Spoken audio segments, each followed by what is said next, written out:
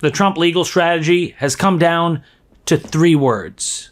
Let's discuss. I'm Dave Aronberg, former state attorney for Palm Beach County, aka the Florida Lawman, here on Legal AF. So, Trump has been losing in court, but he is taking these cases all the way up to the Supreme Court, and his entire judicial philosophy, everything is banking on 3 words. Only this court. Those 3 words. It tells you all you need to know about what Trump's intent is, in that he is going to take all the major issues, the ones he lost on funding, transgender service members, when it comes to the deportations, just about everything else that he wants to do, even his decision to end birthright citizenship, even though it's in the Constitution and the 14th Amendment, taking it all up to the Supreme Court. And he is using in the legal briefs those 3 words. Only this court. And CNN has an interesting analysis of it, because that phrase has been repeated over and over again, which tells you that Trump knows that he's going to lose when it comes to district court judges, even those he appoints. And then he's going to lose at the Court of Appeals, even though he's appointed many of those judges. But he wants it to get to the U.S. Supreme Court. He wants to get into the hands of those he thinks are on his side. Trump is transactional. And you saw the way he acted towards Chief Justice Roberts after his State of the Union speech. Check out this clip. Thank you very much. Appreciate it. Howard, thank you again. Thank you again. Won't forget. So good. That's good. So good, sir. Thank you. Best. Terrific, Mr. Really good. Yes, I'll never forget what they did on the immunity decision. Chief Justice Roberts, who was supposed to be a swing justice, wrote the opinion that gave Trump unprecedented immunity from criminal prosecution. Trump has not forgotten, and that created that very awkward moment when he said the quiet part out loud, not just to Chief Justice Roberts, but in front of his colleagues. And that was something that Chief Justice Roberts must have hated, because also it was being recorded and the world could see it, because Roberts wants the public to buy into the Supreme Court as an apolitical institution, as someone who's not bothered by petty partisan politics, even though it sure seems to be political. And as the respect for the Supreme Court continues to wane, Chief Justice Roberts should just look at himself in the mirror by the decisions that he has authored to create such doubt, such lack of faith in the court. Now, recently, Chief Justice Roberts and Amy Coney Barrett, Trump's own appointee to the Supreme Court, have ruled against the MAGA world. They have gone rogue. And Amy Coney Barrett herself has incurred the ire of the MAGA world especially.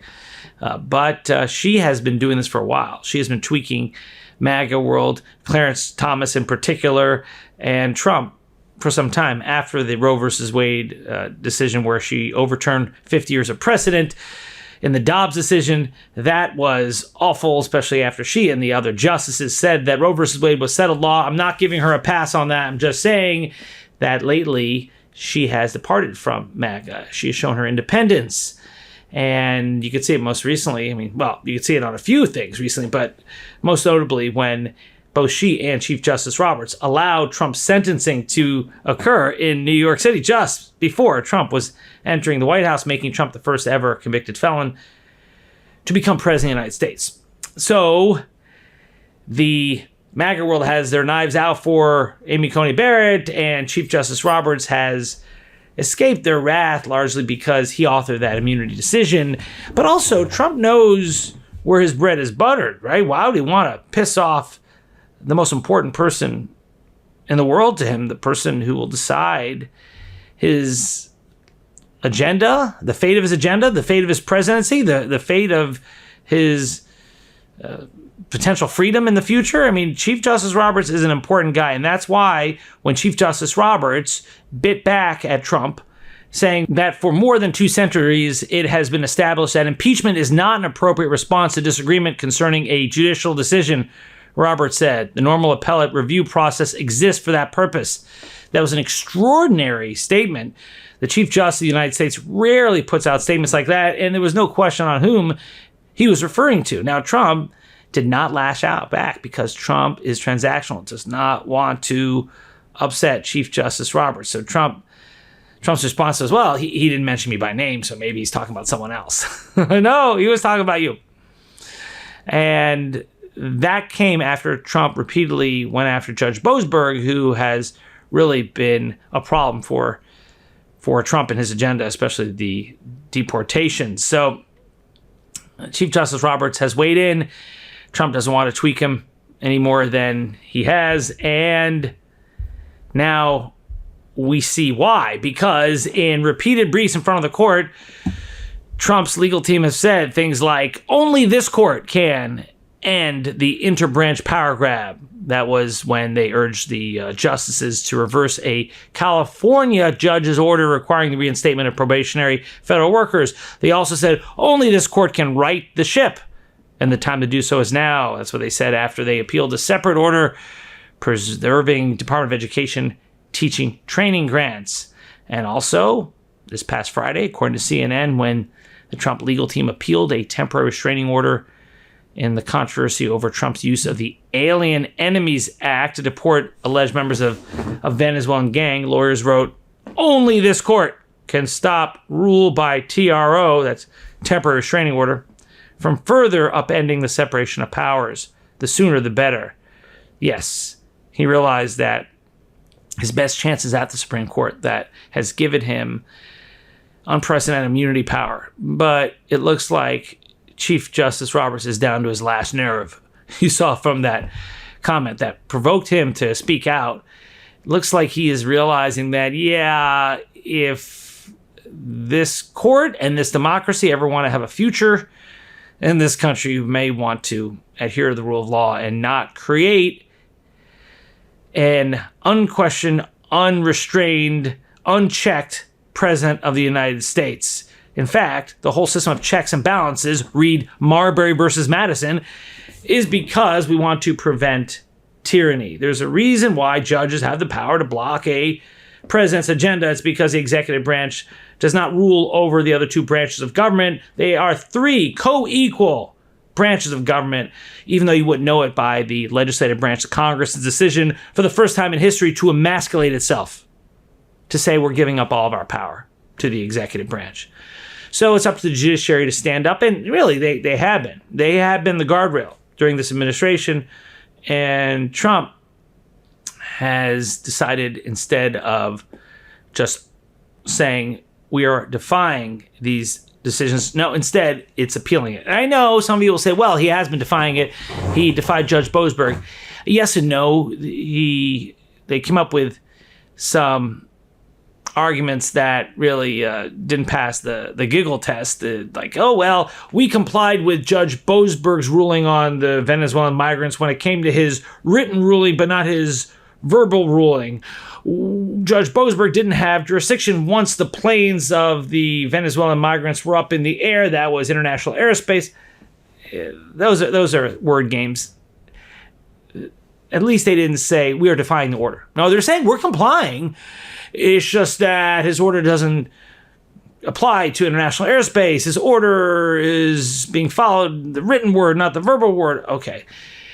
So at least for now, they are going through the process of appealing. Now, will that change if the Supreme Court rules against them? Well, if the Supreme Court rules against them, and I think they will in a lot of these cases, I think it's going to be 5-4 with Justice Amy Coney Barrett and Chief Justice Roberts siding with the three progressives on the court. If the Trump administration says we're defying the court order, go ahead and enforce your order. You can't. That's a constitutional crisis. That's when it becomes a coup. We're not there yet. According to CNN, administration lawyers are mainly echoing the voices of the four most conservative justices, especially as they dissented in a March 5th controversy over Trump's attempt to freeze billions of dollars in U.S. foreign aid appropriated for global food, health, and other humanitarian purposes. U.S. District Court Judge Amir Ali had ordered the disbursements to continue while litigation proceeded on the challenge to the Trump effort.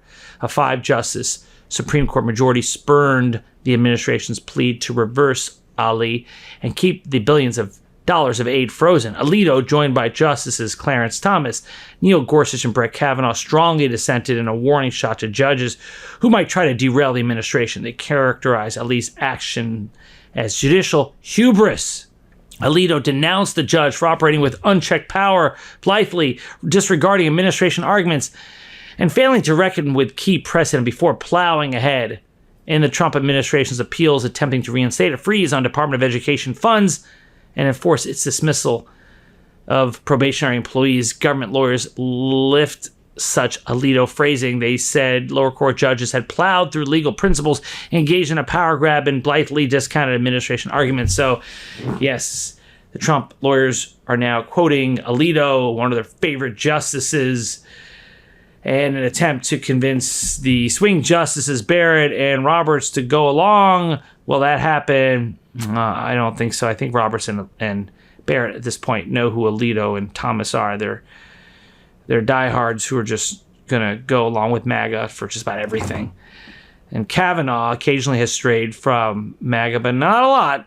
And then you have Neil Gorsuch, the first justice appointed by Donald Trump. You know, the one that filled a seat that was supposed to be filled by Merrick Garland after the death of Antonin Scalia. Scalia dies in the last several months of the Obama administration, and then Mitch McConnell says, no, we're not going to let you appoint someone, and then Trump gets elected, and then instead of Merrick Garland being appointed, it's Neil Gorsuch. What a difference that made. Oh, and that rule which said you can't appoint a new justice in the waning days of the president's administration, they threw that out the window when Ruth Bader Ginsburg died, and then they appointed Amy Coney Barrett. But to their chagrin, Amy Coney Barrett has been the most independent of the three justices appointed by Donald Trump, and has really caused MAGA to go in fits. They have caused MAGA a lot of distress. And it's not just the look she gave Trump when he walked by after the State of the Union speech. So we'll keep following what's going on at the U.S. Supreme Court. I'm Dave Aronberg, a.k.a. the Florida Lawman, here on Legal AF. Thank you for watching. If you like this video, please like, subscribe, share with a friend, leave a comment below. Appreciate your comments, even when you disagree with me. Thanks for your support, and I'll see you next time. In collaboration with the Midas Touch Network, we just launched the Legal AF YouTube channel. Help us build this pro-democracy channel where I'll be curating the top stories at the intersection of law and politics. Go to YouTube now and free subscribe at Legal AF MTN. That's at Legal AF MTN.